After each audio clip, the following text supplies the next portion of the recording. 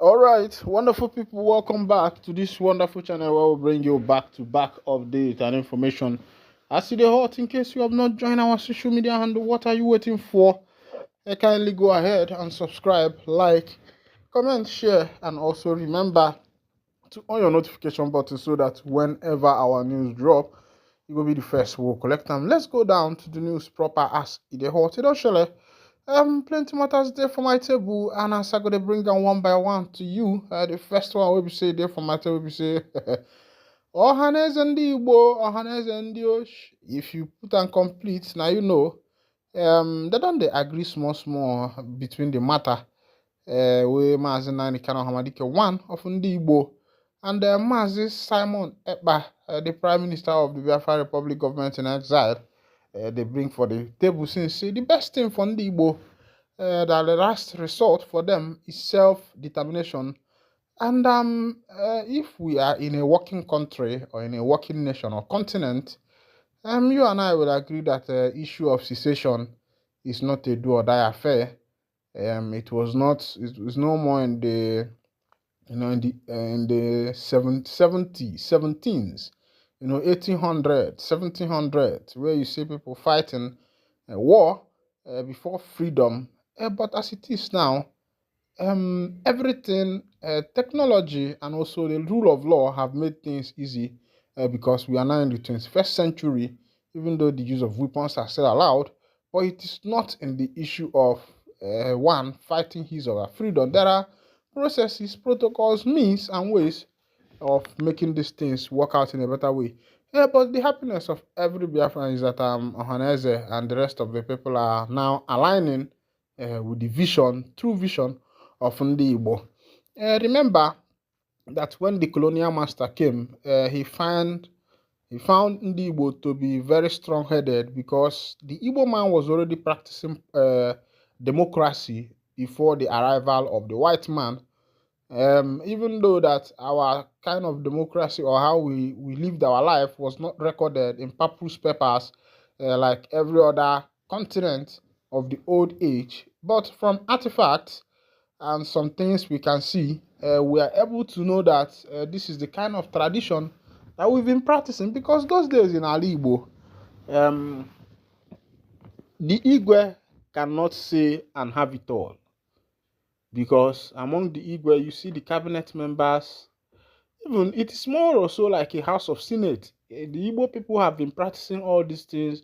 You have the cabinet members, you have the Omuna, you have the age grade, you have the Omuada.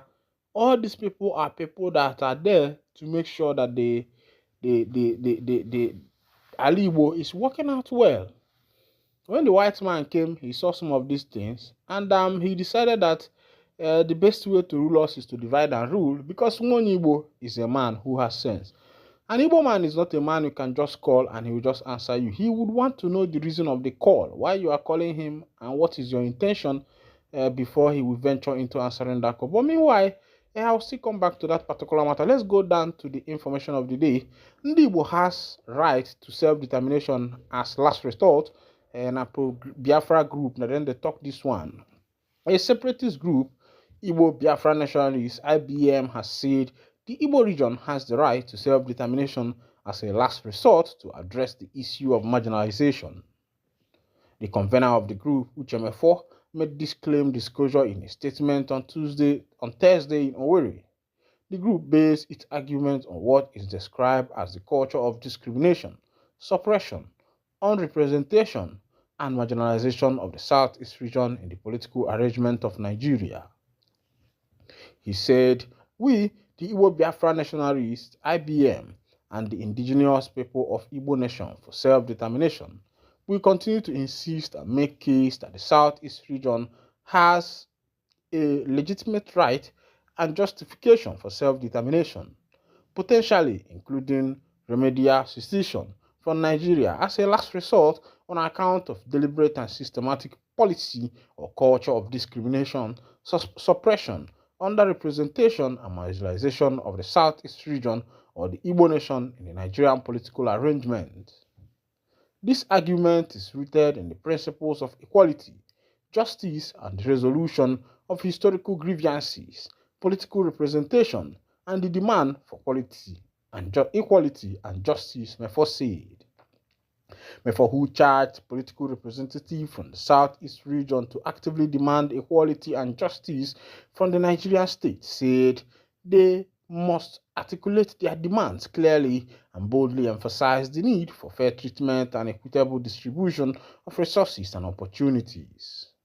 These representatives must demonstrate unwavering resolve in their pursuit of these objectives, making it clear that the demands are non-negotiable and must be addressed promptly and adequately. Should the Nigerian state fail to resolve the historical grievances and persistent injustice faced by the Igbo nation, the Southeast region must be prepared to embark on a path of democratic secession. This would involve seeking the both economic, political autonomy from the rest of Nigeria. My people, I don't see as they happen for that matter. Now, before they bring this one, I want to bring up one talk that Uchemefo, the comment he made there on advising the Southeast governors or those in government to address their matters properly, letting the government know that whatever that concerns Ndigbo is non-negotiable. But as it is, my brother, go fit work for this nation because in a place where you have greedy politicians that are just out there for their personal aggrandizement, my people, it will be very, very hard for you to be able to achieve your dreams and goals because ndị be anyị si na onye nwa si na onye na-ajalụ nta si na ụkwụ ya dịka ukwu eyi, and that is what our politicians have done to us. Ha si na ụkwụ anyị dịka ukwu eyi, that we are not worth it. They are there chopping the money while we the citizens are suffering. On another information, government terrorized a harmful community in Enugu State, killed 1, kidnapped 4, including 12-year-old girl. The gunmen, estimated to be around 10 in number, allegedly came from neighboring Benue State and took over an abandoned military checkpoint, wreaking havoc for 3 days. A suspected militia group has attacked a harmful community in Isuzu local government area of Enugu State, leading to the death of 1 middle-aged man and the abduction of 4 individuals, including a 12-year-old girl. The gunmen, estimated to be around 10 in number, allegedly came from neighboring Benue State and took over an abandoned military checking point, wreaking havoc for 3 days. According to the community sources, the siege occurred between Monday, June 17th and the morning of Thursday, June 20th during the led El Capri holiday, with no intervention from the police or soldiers deployed to the area since 2003. This incident follows previous attack by the armed men suspected to be herdsmen and their local collaborators from Benue State, which led to the displacement of 7 autonomous communities in Ehamofo. A resident of Ehamofo, Chika Omori, has identified the young man killed by the assailant as Chukwuemeka Miracle from Amede Autonomous Community.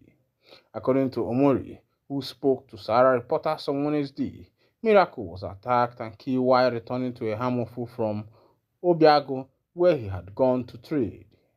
He was reportedly shot dead by the gunmen who have been terrorizing the community.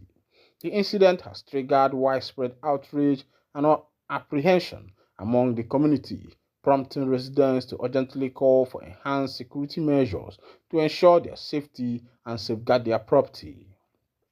Omori said he went to Obago, a neighboring community in Ebonyi State, so when he was coming back to Ehamofo, he carried 2 women, including 2-year-old girl who was going back to school. On getting to the checkpoint, the bandits, who some were on military uniform, intercepted them. While the women could not run, Miracle took to his heel, trying to escape.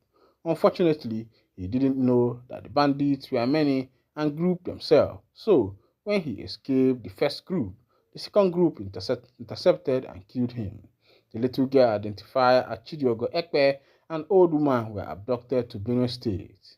Sahara reporters report that on Wednesday, June 19, some gunmen kidnapped 2 individuals, Mr. Ojeni Francis Onyema from Amofia village in Omo Ehamofo Autonomous Community, who was on his way to his farm, and another person from Imo State, a student of the Federal College of Education, harmful. The incident came as a grim reminder of the community's vulnerability as Chidogo's nephew was killed in a similar attack by a suspected herdsman in 2021 in Obagu community. A former chairman of Isi Uzo local government, Chief Eric Ebe, who narrowly escaped the attack, described the incident as horrific and terrifying, highlighting the trauma and fear that the community is experiencing. Ebe, who spoke to Sahara reporters on Wednesday on the telephone, said the bandits riddled his car with bullets. He described the attack as a kidnap attempt, adding that the bullet burst all his tires. The gunmen were about 10, heavily armed with AK-47 rifles. My own attack happened last Monday. It appears I was the first person they attacked. I went to the village with my relation, a lawyer who came from Abuja, immediately after I entered a Hamofo from Ebony boundary. I passed a military checking point, but nobody was at that checking point. After 2 poles or 3 thereabout, I saw about 5 boys in my front. Instantly, I sensed danger and immediately I started reversing, but because of all the heavy logs of wood the soldiers left on the road, they were able to shoot at my car. In the confusion, I veered off the road. All my tires had burst, and because of the bullet they rained on my car, they felt they had gotten me. In the middle of the confusion, I managed through God's grace and drove the car out with deflated tires and escaped, he narrated. Meanwhile, Sahara reporters gathered that bandits used the new power line of the Transmission Company of Nigeria to invade the town. Although those kidnapped have been released after the reported payment of a huge ransom in Benue State, the residents of a harmful communities now live in fear. A security source told Sahara reporters that over 237 expended bullet shells were recovered from the scene of the attack, showing that the bandits came prepared for war. My people, I don't see as they happen. This one they happen for Benue State, and Nigeria, we healthy. Oh, say tell me, every day the issue of insecurity is what we are looking at, and I don't know when this nation is going to be better. Meanwhile, this is where I'll wind down the curtain. Thank you for listening. God bless you.